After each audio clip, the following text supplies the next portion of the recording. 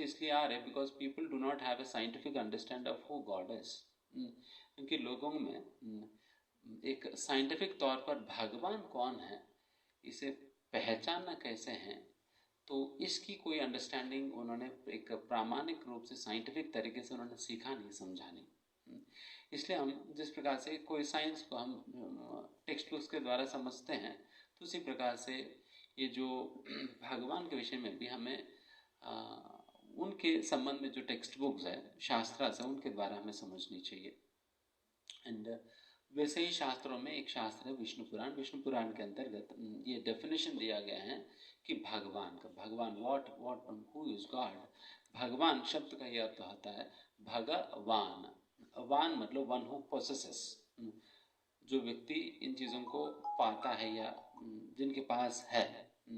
क्या है उनके पास? भगा।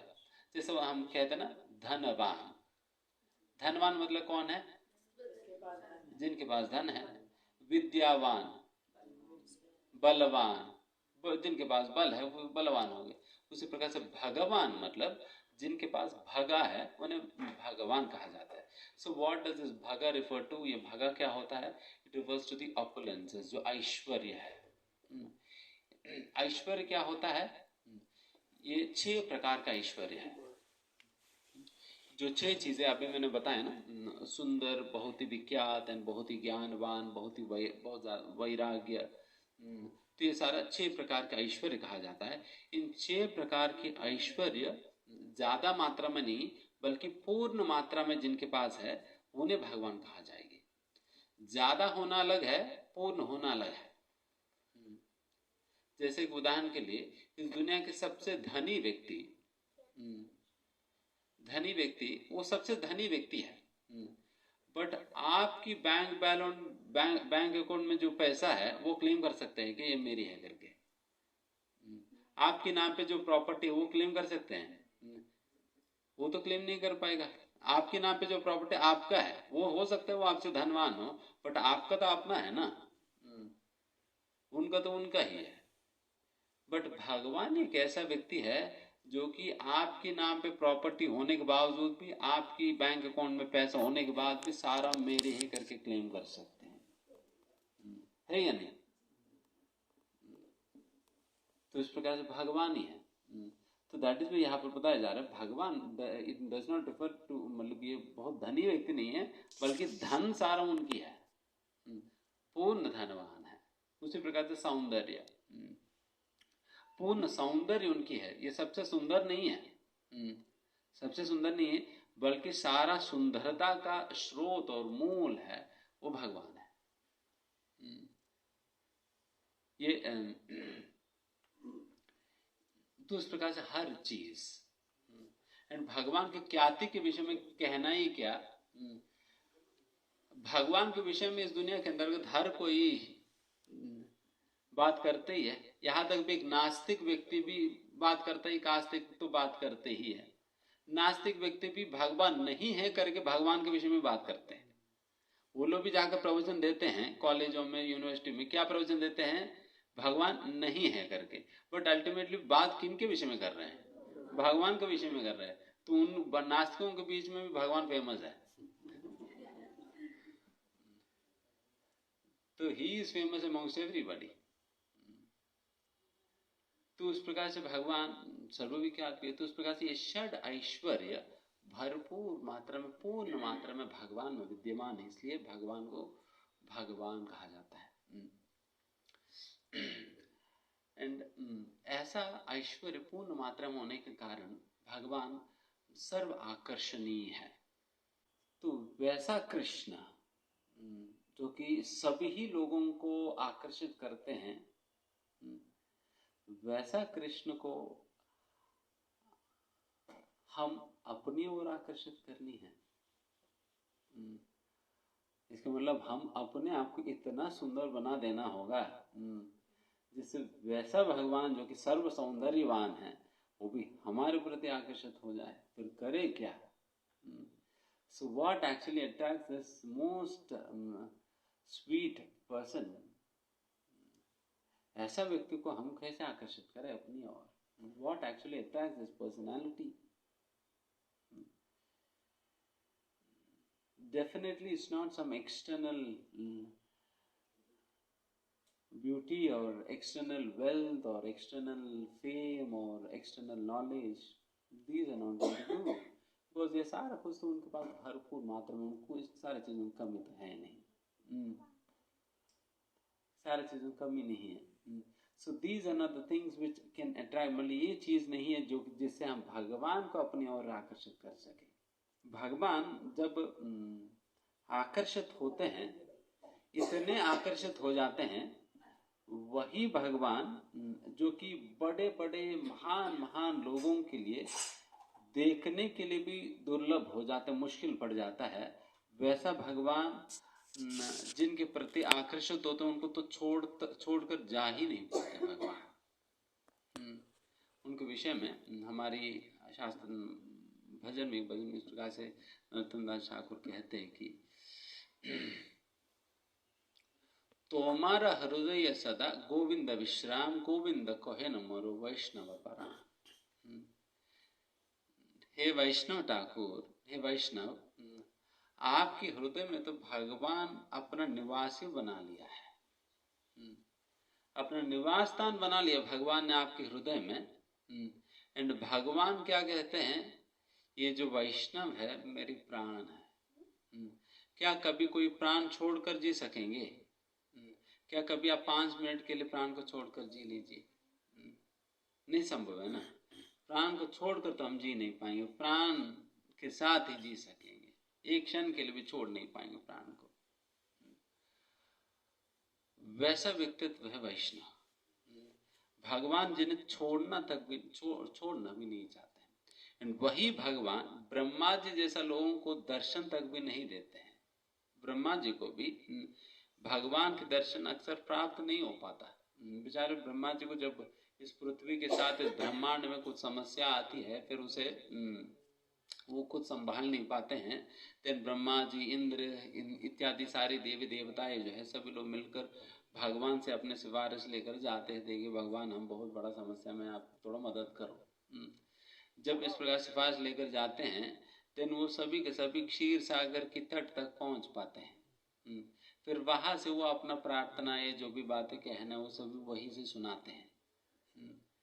एंड भगवान सिंपली वहां से अंदर से ही आवाज दे देते हैं, ठीक है आपकी बात सुन लिया गया है, आप लोग जा सकते हैं अभी. आपकी बात सुन लिया गया तो आप लोग जा सकते हैं, हो गया.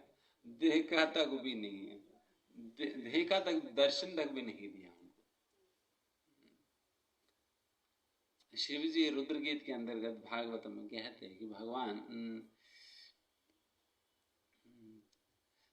आपके चरण कमलों की नाखून से निकलता हुआ प्रकाश इस पूरा ब्रह्मांड के अंधकार को खत्म करती है.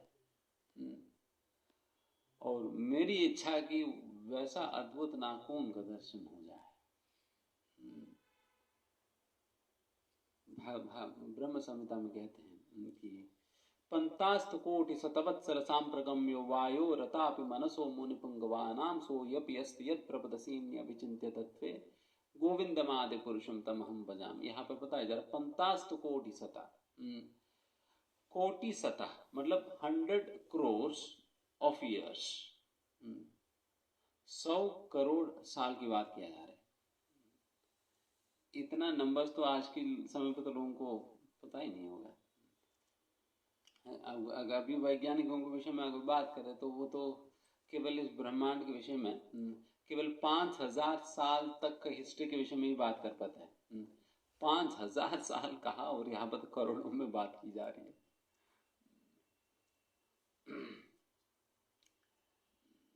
पंतास्त कोटि शतवत्सर, अगर 100 करोड़ सालों तक अगर कोई ऋषि मुनि अगर तपस्या कर भी लेना,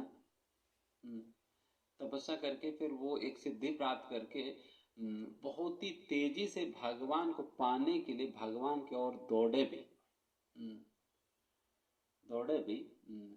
फिर भी वो सोऽपि अस्ति यत् प्रपदसीम्नि, भगवान की चरण कमलों की नाखून तक भी नहीं पहुंच पाता है. 100 करोड़ साल तक तेजी से, यहाँ पे बताया जा रहा है कि even greater than the speed of sound, sound को स्पीड से भी करते जिस व्यक्ति भागने भी लगे फिर भी भगवान नहीं मिल पाते 100 करोड़ साल तक।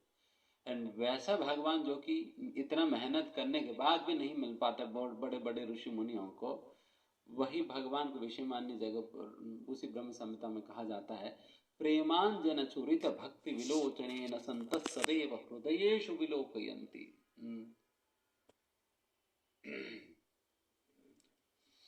यहाँ पर बताया जा रहा है प्रेमांजन छुरिता भक्ति विलोचनेन, जिनकी आंखें भगवान के प्रति स्वच्छ निर्मल निस्वार्थ प्रेम की अंजन से, ऑइंटमेंट लगा हुआ है जिनके आंखों में, प्रेम रूपी ऑइंटमेंट लगा हुआ है, भक्ति रूपी ऑइंटमेंट लगा हुआ है, और वैसा प्रेम भरी आंखों से जब व्यक्ति देखता है देन फिर वैसा संत तो सदैव हृदयेषु विलोकयन्ति, वो एक क्षण के लिए नहीं सदैव, वो हमेशा के लिए भगवान को अपने आंखों में देख सकता है, अपने हृदय में देख सकता है।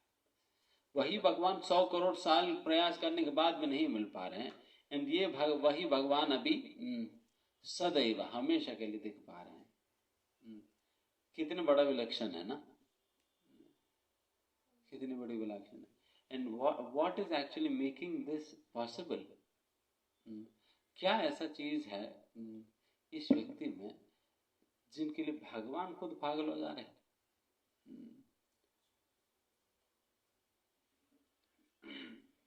ऐसे भक्तों के विषय में भगवान भागवतम के अंतर्गत दुर्वास मुनि से कहते हैं कि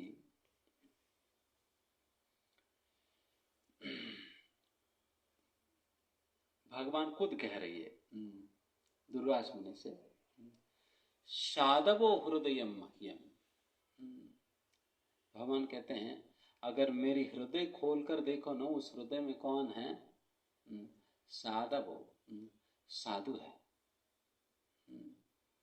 साधु नाम हृदय त्वाहम, अगर साधु की हृदय खोलकर देखो उनकी हृदय में कौन मिलेंगे, भगवान मिलेंगे, और कोई नहीं है, उनकी हृदय में भगवान ही है, और उन भगवान के हृदय में केवल साधु ही है।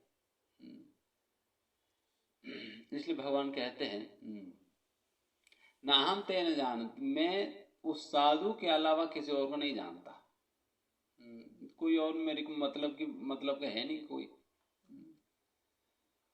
और ये साधु को मेरे सिवा और किसी को नहीं जानते।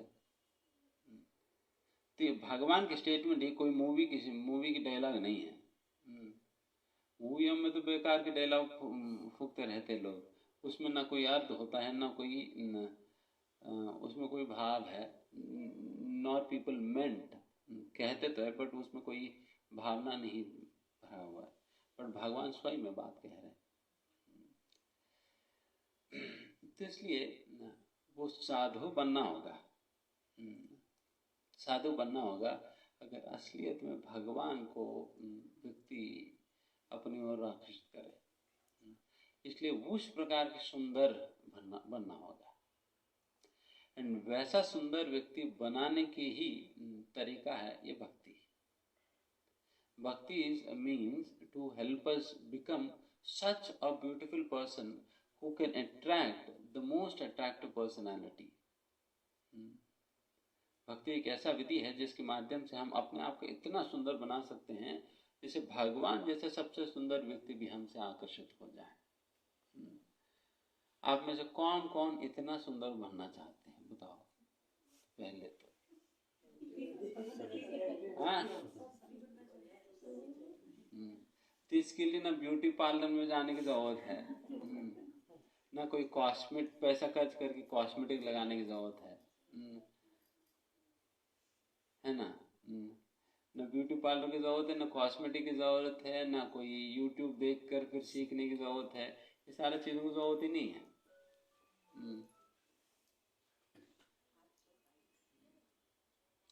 है ना।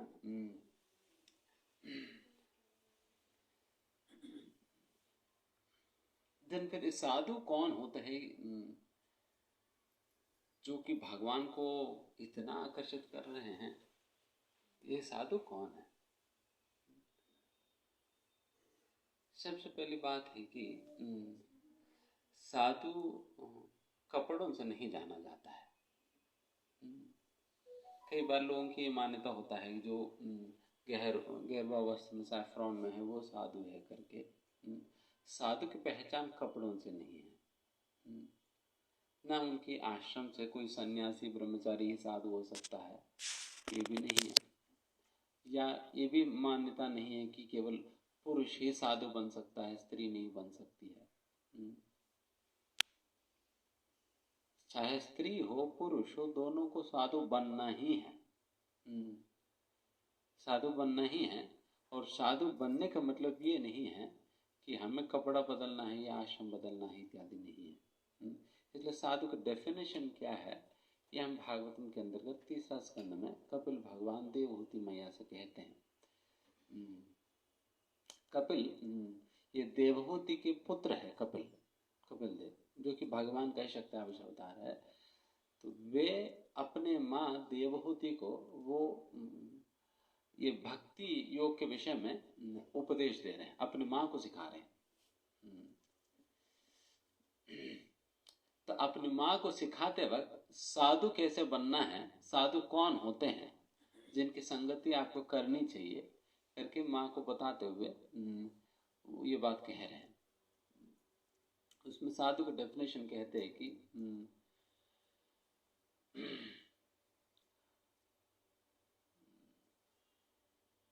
उसमें कहते हैं कि क्षमोदम शांति ही, मतलब बेसिकली ये बात कहते हैं कि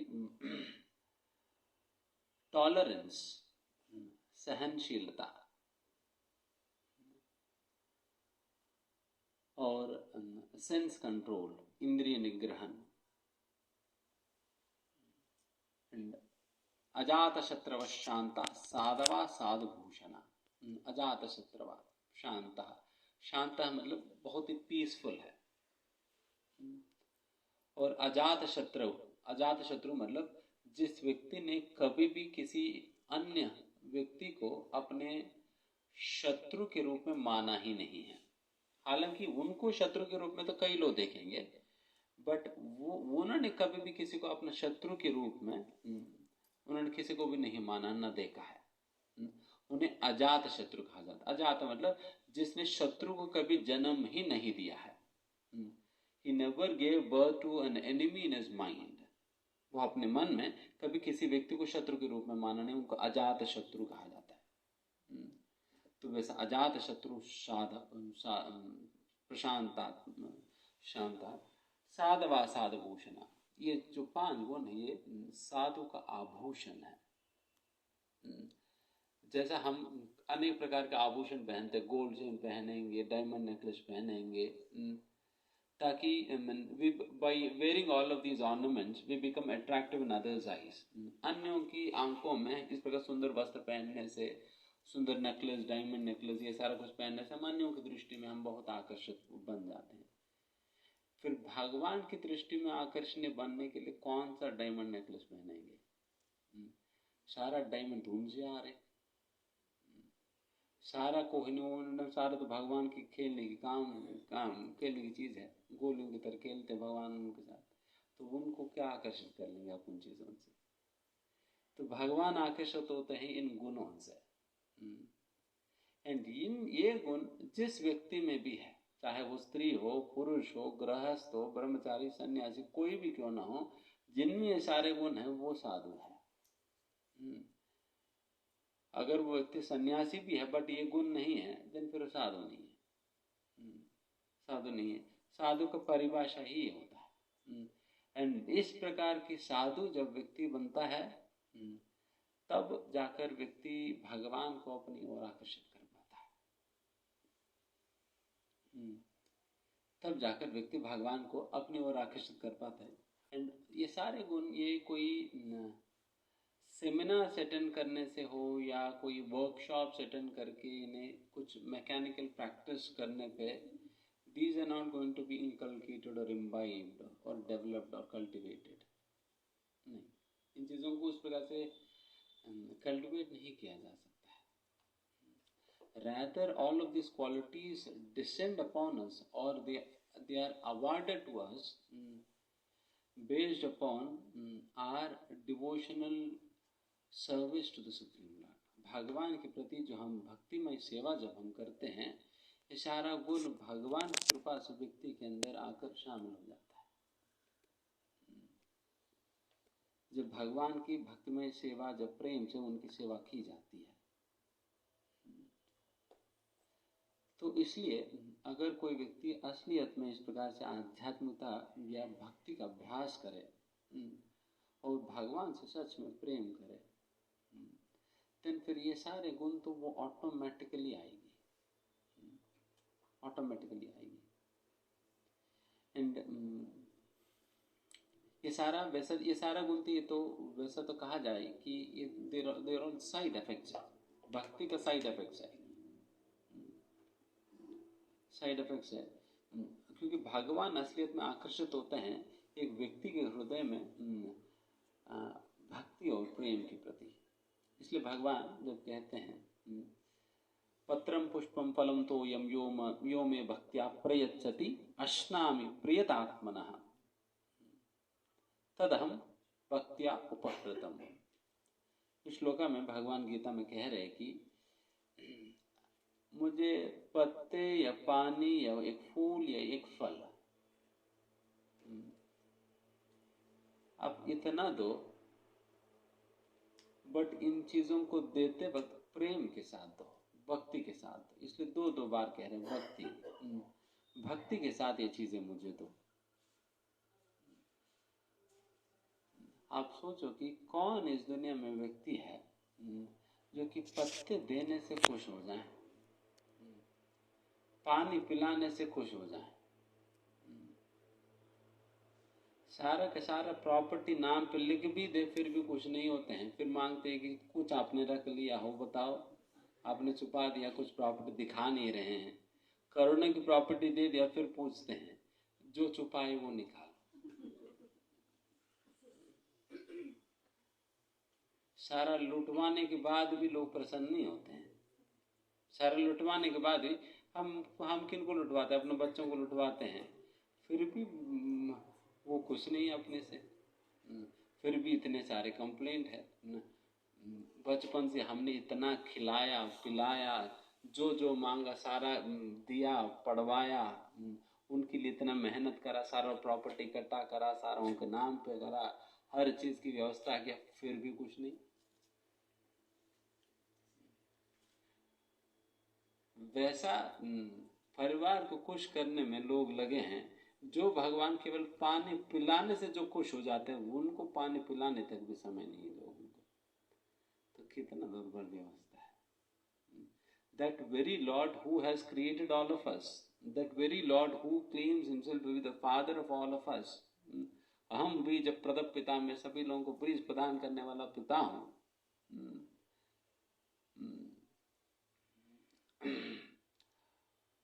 और सब कुछ देने वाला पालन भरता मैं हूं।